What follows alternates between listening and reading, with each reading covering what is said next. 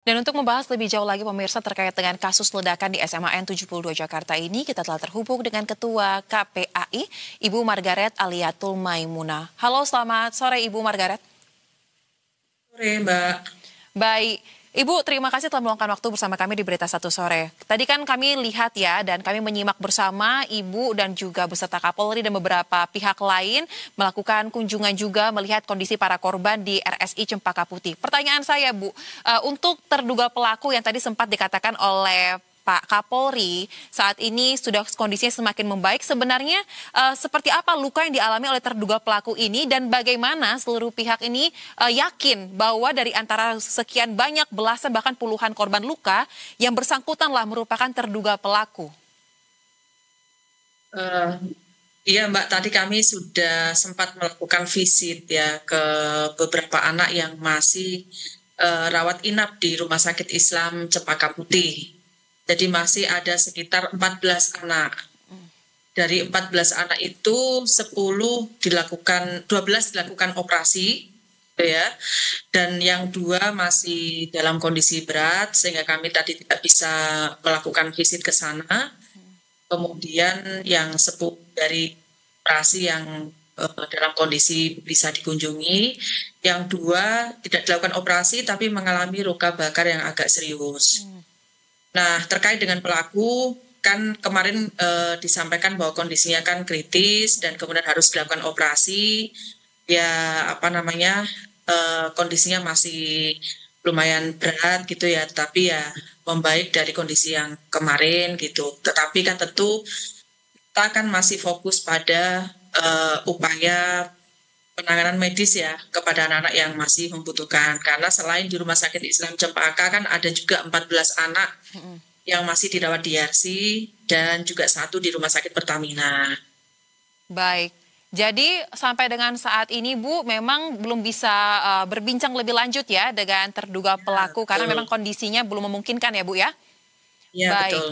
Baik, nah sekarang Bu, setelah kasus ini viral dan juga mendapat sorotan dari berbagai pihak, isu yang paling kencang berhembus adalah terduga pelaku ini merupakan korban bullying. Bahkan ada pengakuan nih Bu yang sudah beredar dari rekan satu sekolahnya bahwa memang ia merupakan korban bullying dan sosoknya ini terkenal pendiam serta tertutup. Pertanyaan berikutnya Bu, bagaimana KPAI melihat peristiwa ini? Karena perundungan yang berujung pada aksi seperti ini cukup mengkhawatirkan dan kasus darurat bullying sebenarnya lagi marak terjadi nih Bu. Silakan. Ya, memang saya sempat kemarin mendengar dan membaca berita juga ya, kalau ada dugaan bahwa terduga pelaku ini adalah korban bully. Tetapi dari semalam ketika saya dengan PMJ, kemudian sampai tadi dengan unit PPA PPO Polri, kemudian Direktorat PPA PPO Polri, kemudian beberapa dari kepolisian, dari hasil penyelidikan untuk sementara ini kan belum ada kepastian gitu terkait dengan dugaan ini gitu ya Mbak. Apakah yang bersangkutan itu betul-betul korban bully ini belum ada kepastian, masih dalam proses penyidikan. KPAI sendiri kan karena ini kita belum ke sekolah, 2 hari ini kita baru kunjungan di rumah sakit, fokus ke yang sedang mengalami pelayanan medis gitu ya. Jadi kami belum melakukan pengawasan juga apakah betul anak ini adalah korban bully. Tetapi terlepas dari itu, memang korban bully ini pasti ada dampak psikologis ya kepada anak gitu ya. Dan dampak psikologis ini macam-macam Mbak, tergantung pada kondisi kekuatan mental anak gitu ya.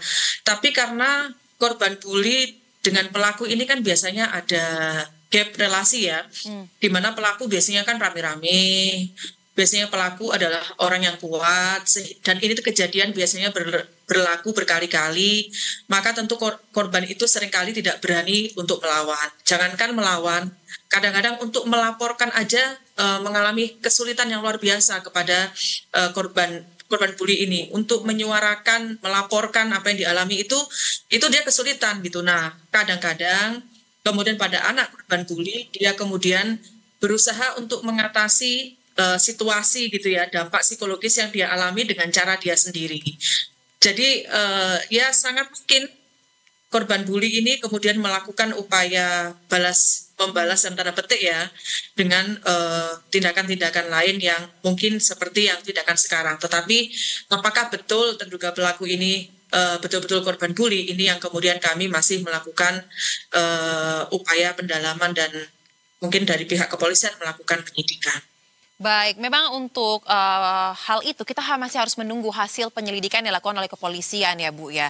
Tetapi Bu, kalau kita lihat juga terkait bagaimana sebenarnya dampak bullying kepada para korban. Tadi Bu mengatakan menggarisbawahi tergantung pada kekuatan mental masing-masing anak. Tetapi satu hal yang tidak bisa dinafikan adalah bagaimana pengaruh media sosial, informasi yang beredar ini bisa juga mempengaruhi keputusan anak menghadapi situasi tersebut. Dalam hal ini bagaimana mungkin siswa SMA bisa memiliki perencanaan sematang itu untuk membuat bom rakitan atau senjata rakitan. Nah, intervensi seperti apa Bu sekiranya yang perlu dilakukan oleh pemerintah ataupun pihak terkait lain agar informasi ini bisa tersaring, jangan menjadi suatu hal yang dikonsumsi secara bebas? Ya, iya memang Mbak, dampak dari bully itu kan macam-macam. Dia bisa mengalami dampak psikologis dengan kekuatan yang macam-macam ya. Maksudnya itu ada yang kuat, ada yang tidak kuat, dan ini dampaknya tidak cukup 1 hari, 2 hari, 1 bulan, 2 bulan ya Mbak. Bahkan kejadian bully yang terjadi pada masa kecil sampai dewasa itu biasanya juga masih melekat gitu. Jadi ini dari sisi psikologisnya, belum dari sisi fisik. Kemudian dari sisi akademiknya gitu ya, termasuk sosial yang tadinya ceria, periang, kemudian dia cenderung menarik diri, cenderung introvert gitu-gitulah. Nah, bahkan sampai bisa ini loh Mbak, mengakhiri hidup kan, memilih untuk mengakhiri hidup kalau dia nggak kuat dengan bully yang diterima gitu.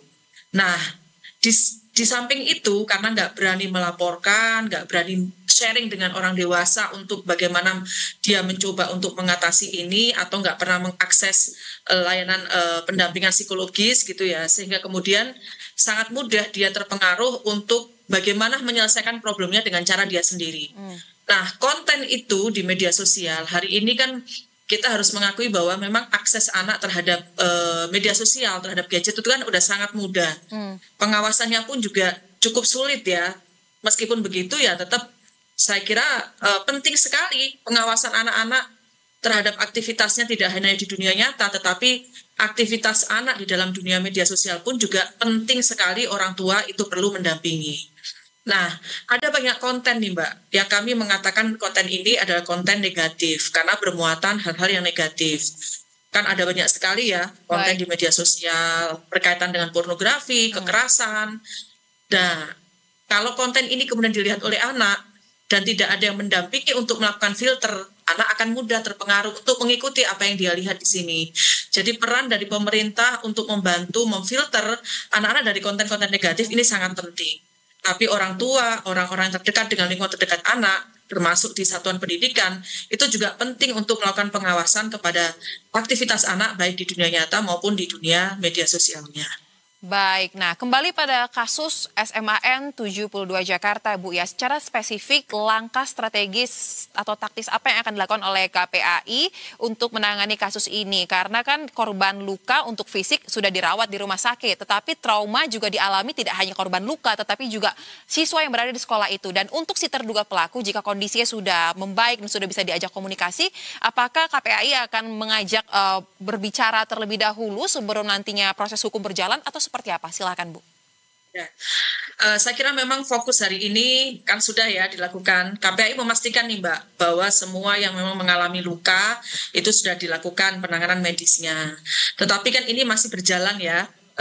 Karena apa? Karena sebagian dari siswa yang kemarin sempat menjalani pemeriksaan medis yang kemudian sudah boleh pulang itu nggak berarti sudah selesai kaitannya dengan kesehatannya, karena sebagian dari mereka kan mengalami problem terkait dengan pendengaran.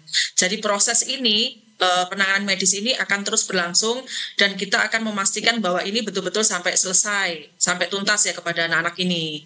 Nah, kami juga menyampaikan bahwa kita tidak hanya fokus pada penanganan medis kepada anak-anak yang mengalami luka ini, tetapi tentu juga penanganan terkait dengan rehabilitasi psikologisnya. Karena pasti anak-anak ini itu akan mengalami trauma, kekhawatiran, mungkin juga ketakutan dan lain sebagainya.